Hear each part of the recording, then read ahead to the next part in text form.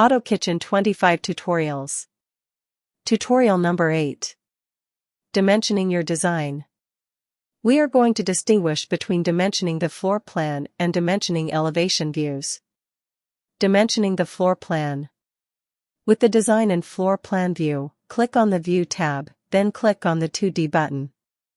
Up until now we have been working in design mode, which is the default, or in 3D when we were creating the render. In 2D view, the vast majority of the lines in the design go away and we are left with solid and dotted lines. The solid lines indicate wall cabinets, tall cabinets, and countertops. The dotted lines represent base cabinets. The 2D view is intended just for printing the floor plan. In Auto Kitchen, you have the ability to add or remove layers from the view. If the layers that you add or remove are intended to be permanent, for all other drawings in addition to this one, you can save your own 2D configuration. More about this in a moment. Click on the On-Off button on the View tab. Let's use the entries in the table that opens to add or remove layers. In the Cabinets section, turn Codes off and turn Dimensions on. In the Architecture category, turn Texts off. Scroll down to Various and turn Shapes off. Note that all cabinet dimensions are now visible and the cabinet codes, architecture texts, and shapes are not. You can keep turning things on or off until you have the exact combination of layers you desire. This layer combination can be saved by clicking on the Save Disk symbol located in the upper right corner. Note that some frequently used configurations such as countertop plan or electrical plan are already available. You can see them by clicking the pull-down menu.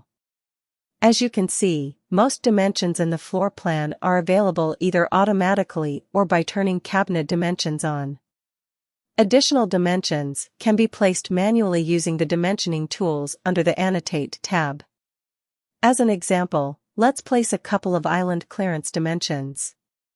Click on Annotate and then click on the horizontal dimensioning tool. Press F3 or click the OSNAP button in the right corner of the screen. Then, click on the upper right corner of the island countertop. For the second point, move the mouse to the front corner base cabinet in the upper right corner and click on the counter. Then, to place the dimension in the floor plan, click between the island and the cabinet to the right of the gas range. Note the straight dimension is 42 inches.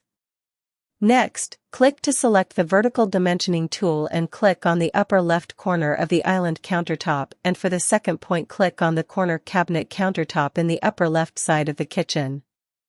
Then, to place the dimension, click in front of the sink. The dimension should read 43 inches. Notice how the vertical and horizontal dimension tools always calculate the straight distance between 2 points. To add text, click on the Add Text button and make sure ORTHO is on by pressing F8. Click south of the island and draw a horizontal line, left to right. The Insert Text window will open. Type ceiling height, 96 inch and click the green check mark. You will see the text in the floor plan. Feel free to add additional text or dimensions. If you make a mistake, select the text or dimension, right-click and delete.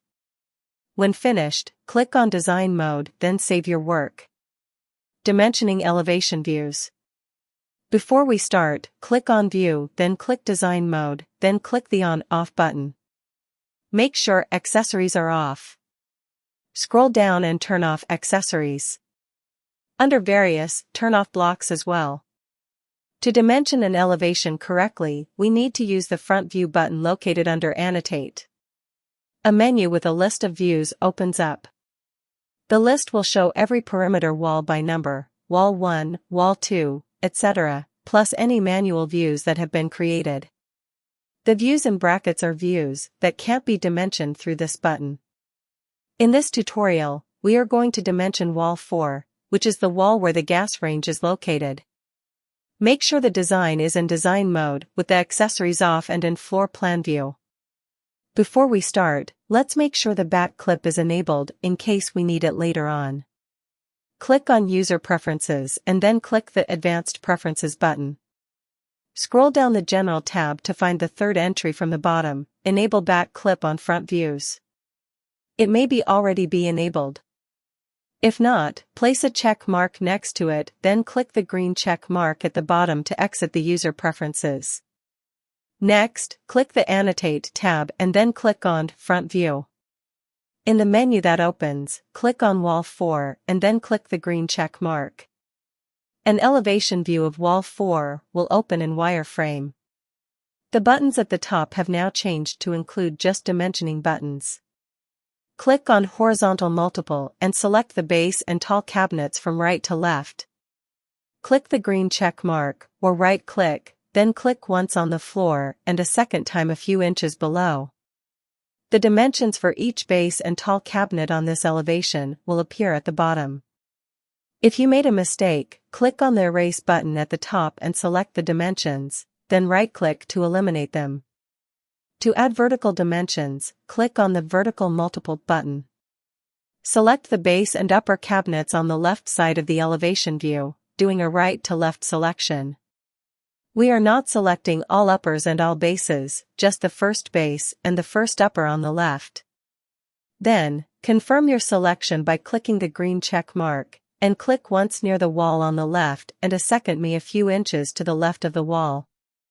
Just like we saw in the floor plan view dimensioning, you can supplement these dimensions by adding subtotals, additional dimensions, notes, and leaders.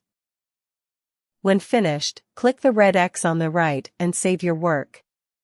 This concludes Tutorial 8. Thank you for listening.